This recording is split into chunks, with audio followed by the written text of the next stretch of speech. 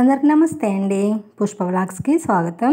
ఈరోజు మన వీడియోలో మంచి రుచితో పాటు ఎంతో ఆరోగ్యాన్ని ఇచ్చే జొన్న రొట్టెను ఇరగకుండా మెత్తగా ఎలా చేయాలో ఈ వీడియోలో చూపించబోతున్నానండి. జొన్న రొట్టె చేయడం రాని వాళ్ళకైనా, జొన్న రొట్టె కొత్తగా నేర్చుకునే వాళ్ళకైనా ఈ మెథడ్ ద్వారా అయితే ఈజీగా నేర్చుకోవచ్చండి. రొట్టె ఇరగకుండా సింపుల్గా చేసుకునే విధానాన్ని ఈ వీడియోలో చూపించబోతున్నాను. ఓకే అండి, వీళ్ళకి వెళ్ళిపోదాం. మామూలుగా అయితే మనము బియ్యంలో నుంచి గంజి వంచేసి పారబోస్తూ ఉంటాం కదా, అలా కాకుండా గంజిలో చాలా రకాల ఉపయోగాలు ఉంటాయండి. అవేంటో తెలుసుకుంటూ మనం గంజితో జొన్న రొట్టె చేసుకుందాం.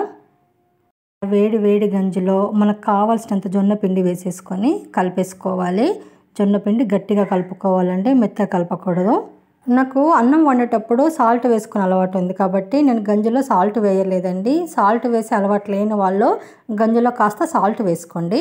వీడియోలో చూపిస్తున్నట్టు పిండి బాగా గట్టిగా కలిపేసుకొని ఒత్తేసుకోవాలండి. పిండి చల్లారనివ్వకూడదు, తర్వాత మూత పెట్టేసుకోవాలి. ఇప్పుడు వెడల్పుగా ఉండే ఒక ప్లేట్ కానీ బేషన్ కానీ తీసుకొని అందులో ఒక్క రొట్టెకు సరిపడా పిండి వేసుకోవాలి.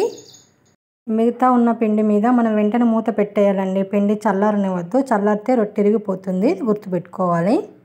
పిండి బాగా వేడిగా ఉంటుంది కాబట్టి కొద్దిగా చూసుకుంటూ కలుపుకోవాలి. పిండి మెత్తగా అయితే కొంచెం పొడి పిండి చల్లుతూ కలుపుకోవచ్చు. ఎంత బాగా కలుపుకుంటే రొట్టె అంత బాగా వస్తుంది. మనము పిండిని గంజితో కలుపుకున్నాం కదా, గంజి బాగా జిగుండడం వల్ల మనకు పిండి కూడా బాగా జిగొచ్చి రొట్టె ఇరిగిపోదన్నమాట. జొన్న రొట్టె చేయడం నేర్చుకునే వాళ్ళకైతే ఇది బెస్ట్ మెథడ్ అండి. పిండి బాగా కలుపుకున్న తర్వాత ఒక పిండి ముద్దను తయారు చేసుకోవాలి. పిండి ముద్ద మీద కొంచెం పొడి పిండి వేసుకొని చెక్కపీట మీద పొడి పిండి వేసుకోవాలండి. పొడి పిండి చెక్క మీద కొద్దిగా ఎక్కువనే వేసుకోవాలి, మనకు రొట్టె అంటుకోకుండా ఉంటుంది. కొత్తగా రొట్టె నేర్చుకోవాలనుకునే వాళ్ళు కొద్దిగా చిన్న సైజులో చేసుకోవడానికి ట్రై చేయండి. ఇక అంతే, మన చేతి వేళ్ళతో అలా తిప్పుకుంటూ రొట్టె చేసుకోవడమే. నిదానంగా చేసుకుంటే కొత్త వాళ్ళకు కూడా వస్తుందండి. మనం గంజితో పిండి కలుపుకున్నాం కాబట్టి రొట్టె ఎరిగే ఛాన్సే ఉండదు. మనము గంజి యొక్క బెనిఫిట్స్ తెలుసుకుందామండి రొట్టె చేసేంతలోపు. పూర్వకాలం మన పెద్దవాళ్ళు గంజిలో కొద్దిగా సాల్ట్ వేసుకొని కొద్దిగా అన్నం వేసుకొని వేడివేడిగా ఉన్నప్పుడే తాగేవాళ్ళు. గంజి తాగడం వల్ల చర్మం మృదువుగా ఆరోగ్యంగా ఉంటుంది. గంజి చర్మాన్ని యవ్వనంగా ఉంచుతుంది. గంజి తాగడం వల్ల గుంతలు పడకుండా ఉంటాయండి ఫేస్ మీద. గంజి శరీరాన్ని మనసును ప్రశాంతంగా ఉంచుతుంది. చాలా బెనిఫిట్స్ ఉన్నాయండి గంజిలో. ఇలాంటి గంజిని మనం పారబోస్తూ ఉంటాం వృధాగా. బాగా కాలిన పెనం మిన్ని మనం రొట్టె వేసుకోవాలండి. ఇప్పుడు రొట్టె వేసేద్దాం. గంజితో పిండి కలుపుకోవడం వల్ల మనం పెనం మీద రొట్టె వేసేటప్పుడు కూడా విరగదండి.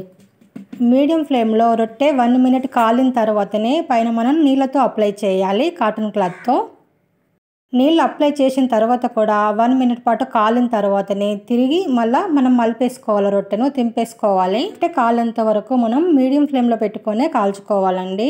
నేను నార్మల్ పెనం పెట్టలేను, ఎందుకంటే నేను కొత్త వాళ్ళ కోసం చేస్తున్నాను వీడియో కాబట్టి. కొత్త వాళ్ళు చేసేటప్పుడు ఖచ్చితంగా ఇలాంటి పెనం పెట్టుకోవడం వల్ల అంటుకోకుండా ఇరగకుండా తొందరగా వస్తుంది.